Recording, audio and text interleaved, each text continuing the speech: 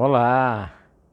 Hoje é terça-feira, 22 de dezembro de 2020. Quero deixar um abraço especial aqui para um ouvinte meu na Rádio Eldorado. Ele não sabia ainda do canal do YouTube, eu comuniquei a ele que eu estou com esse canal e disse a ele que, por favor, se gostar, se inscreva. E o mesmo vale para você. Se você está entrando nesse canal pela primeira vez, se gostar, se inscreva. Se já está inscrito, diga se gostou, se não gostou, like ou unlike. Dislike, aliás, desculpa. E se por acaso se inscreveu, mas a inscrição se perdeu, se inscreva de novo, bote o sininho para ser convocado. Eu preciso de audiência, tá certo? Conto com você. Olha, hoje é um dia especial, né? Hoje foi preso às 6 horas da manhã, em sua residência de luxo, é claro, na Barra da Tijuca, o prefeito do Rio de Janeiro, Marcelo Crivella. Marcelo Crivella é um político tradicional, mas na frente vamos falar um pouco sobre isso. Mas é também um chefe religioso, é um bispo aposentado da Igreja Universal do Reino de Deus, que é a igreja do seu tio, o dono da TV Record, que é o... Como é que chama ele? Edir Macedo. Pois bem, o Marcelo Crivella, ele fez uma campanha política toda em cima da corrupção dos seus adversários do MDB. A época em que ele se elegeu, 2016, foi justamente assim o pico, né, o fervor da Operação Lava Jato, que capturou o ex-governador do Rio de Janeiro, Sérgio Cabral, que está preso até hoje. Presos também foram outros 4 ex-governadores, né? O Moreira Franco, o Antony Garotinho, a Rosinha Garotinho, e o que era vice do Sérgio Cabral e depois foi eleito governador pelo próprio Sérgio Cabral, que é o Luiz Antônio Pezão. O Marcelo Crivella enfrentou no segundo turno, em 2016, o Marcelo, seu xará, Freixo, do PSOL.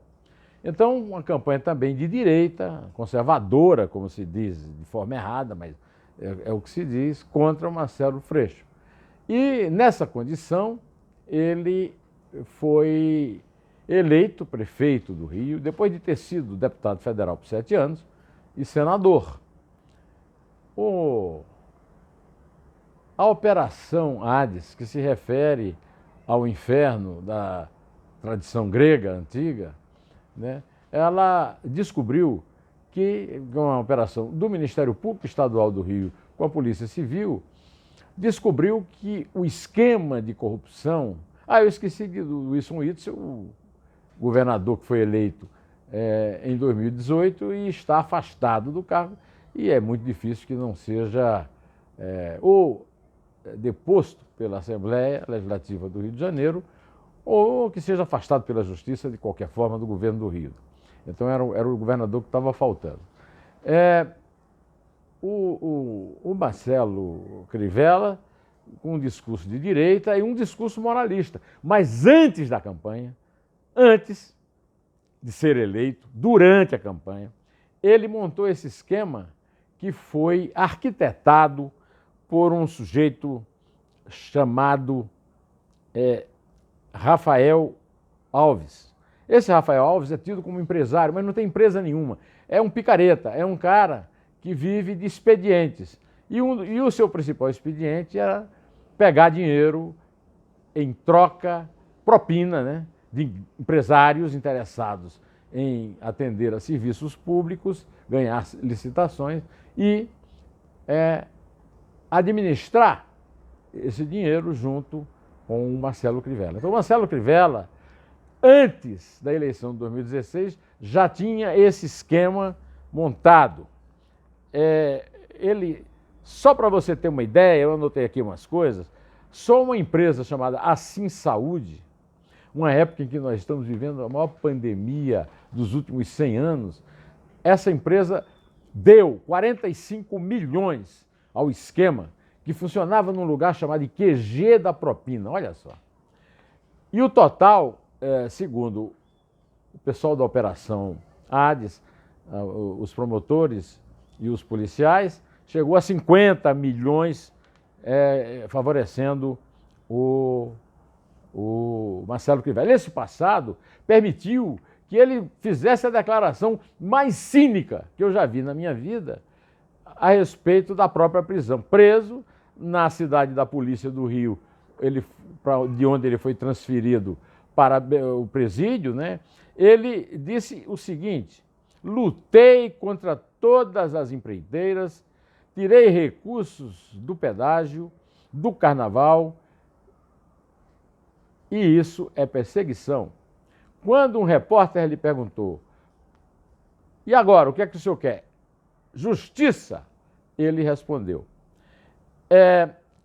O subprocurador-geral de Justiça, Ricardo Martins, com os procuradores Cláudio Cardoso e Fábio Miguel, entregaram ao Tribunal de Justiça, porque é o foro adequado para julgar o prefeito, é o Tribunal de Justiça, e a desembargadora Rosa Helena Pena Macedo Guita, a partir do libelo feito pelos procuradores, mandou prender o prefeito a 9 dias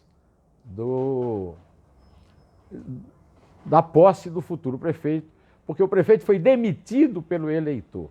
Essa demissão do prefeito, ou seja, o eleitor derrotá-lo na eleição de forma vexaminosa, de forma vergonhosa, na reeleição pela terceira vez, né, pela segunda vez a reeleição para o terceiro mandato do Eduardo Paes, seu adversário, na mesma eleição, essa eleição ela dá um pouco de razão a uma discussão que eu tive uma vez com Antônio Carlos Magalhães, quando ele era ministro da Justiça, e ele me dizia, às vezes a justiça não pega, mas o eleitor pune.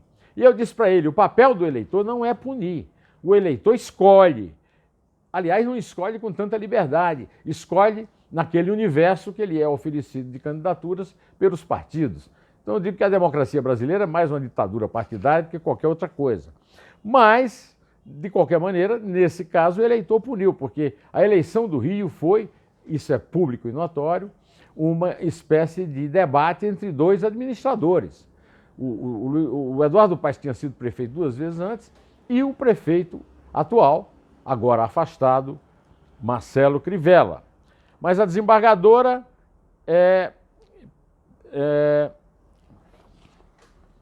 Rosa Helena determinou que o prefeito se abstivesse de realizar qualquer ato inerente ao exercício do cargo de prefeito, e no despacho de prisão, ela disse que Crivella era o chefe de uma organização criminosa que atuava dentro da prefeitura e enfatizou que, embora restem poucos dias para terminar o mandato, sua manutenção no cargo até lá implicaria riscos à ordem pública.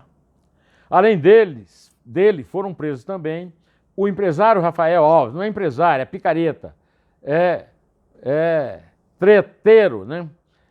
O delegado aposentado Fernando Moraes, e esse aqui merece um parêntese, né? Fernando Moraes foi nomeado delegado da Delegacia Antissequestro no Rio, porque ele era o grande exemplo da moralização que era necessária à época em que ele foi nomeado pelo Hélio Luz para acabar com a roubalheira dos sequestros, da polícia nos sequestros. E o fato marcante da atuação do Fernando Moraes, que está com Covid e por isso foi preso em um lugar especial, não junto com os outros bandidos, né? É que ele, uma vez, foi arrochar, né? Acochar, né? Achacar um contribuinte do esquema do QG da propina em revólver em punho, ou seja, inaugurou o assalto para cobrar propina. Bom, além desses, estão presos também o Mauro Macedo, que é o tesoureiro da campanha do Crivella, e é sobrinho do bispo de Macedo, a quem eu me referi, que é tio do Marcelo Crivella é o chefão da Igreja Universal do Reino de Deus. Além dos empresários Adenor Gonçalves dos Santos e Cristiano Stockler Campos, da área de seguros, eu não sei até agora, na hora que eu estou gravando, não tinha certeza se tinha sido preso o ex-senador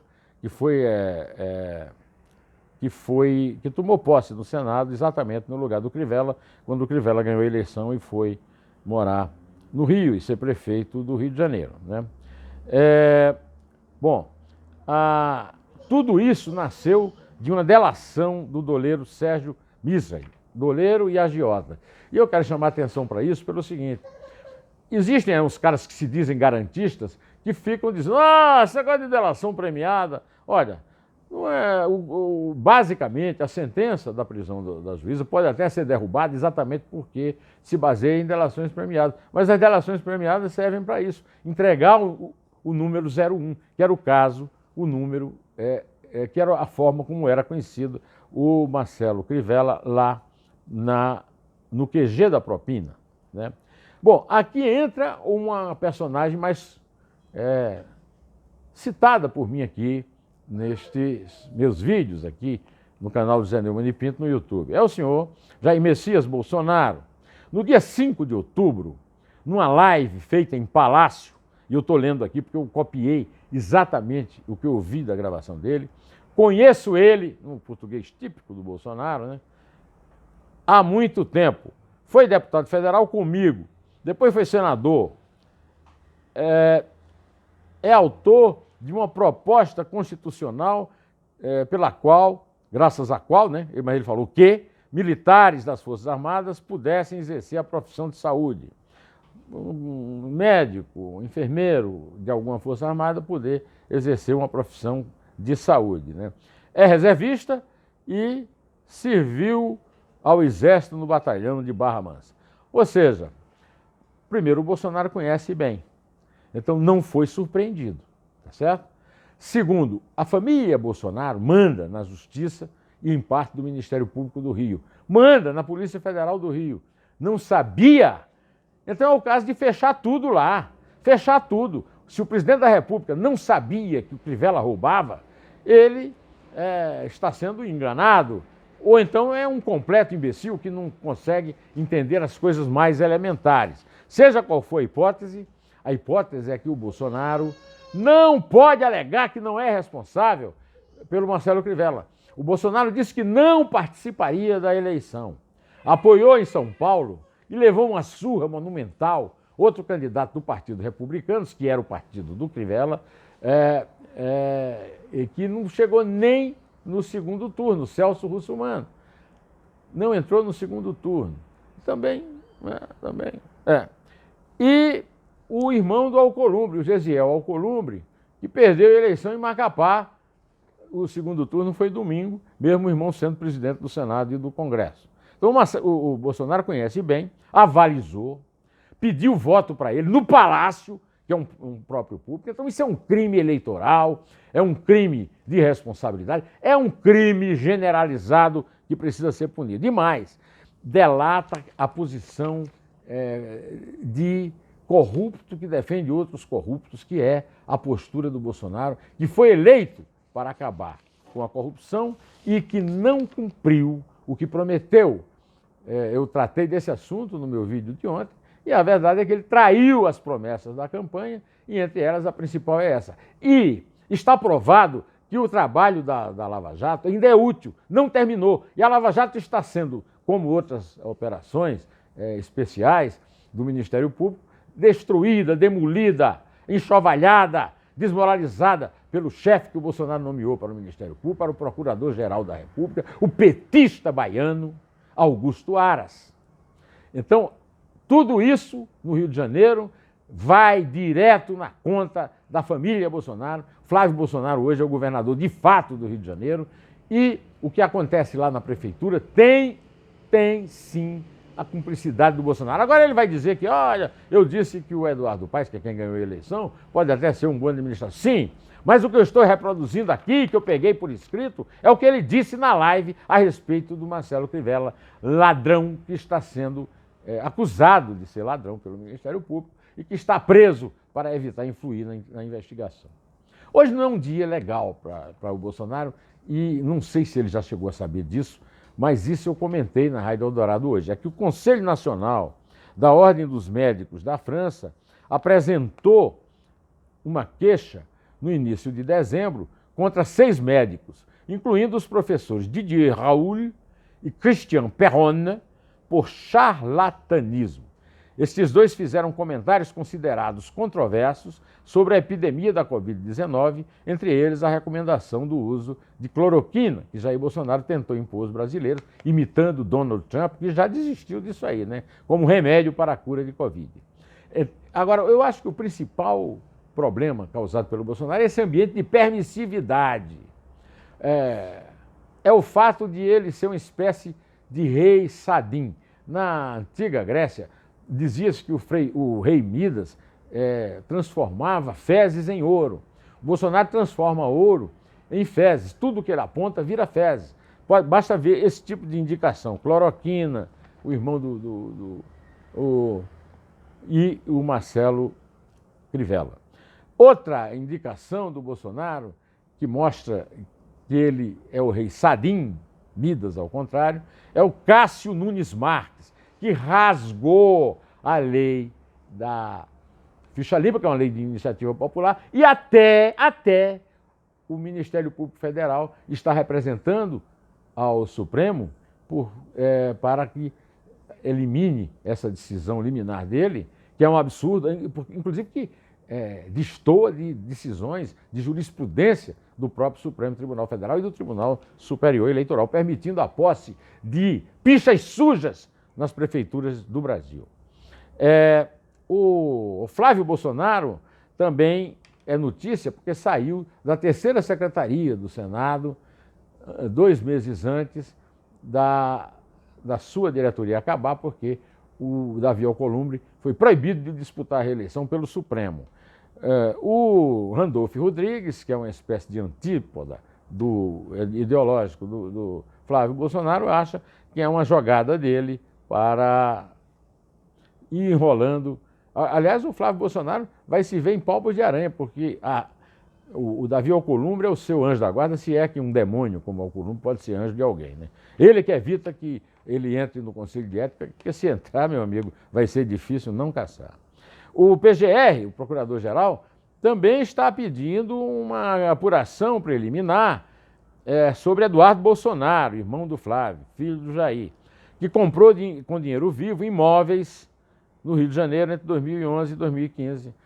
E ninguém pode dizer que 2011 e 2015 sejam anos em que a segurança no Rio era tão grande para você andar transportando dinheiro para um lado e para outro, né? Antes de terminar, eu queria fazer uma referência a um artigo que eu escrevi e que está hoje publicado no meu blog, o blog do Neumann, no portal do Estadão, a respeito de 3 fatos que eu vou resumir na linha fina que eu escrevi do artigo. O jogador branco, Índio Ramírez, do Bahia, que gritou "cala a boca, negro", Gerson, do Flamengo, na partida de domingo no Maracanã. O parlamentar paulista que apalpou a colega, o Fernando Cury, que apalpou a Isa Pena, no plenário da Assembleia Legislativa de São Paulo. E o juiz que depreciou a lei Maria da Penha, valem-se da impunidade, que eu chamo de impunidade pela malandragem dos covardes agressores, os 3 que eu citei aqui. E eu quero dizer, ainda voltando ao ambiente da permissividade, é que esse ambiente da permissividade do governo Bolsonaro permite que existe um parlamentar como deputado estadual do Novo do Rio, chamado Eduardo Freitas, que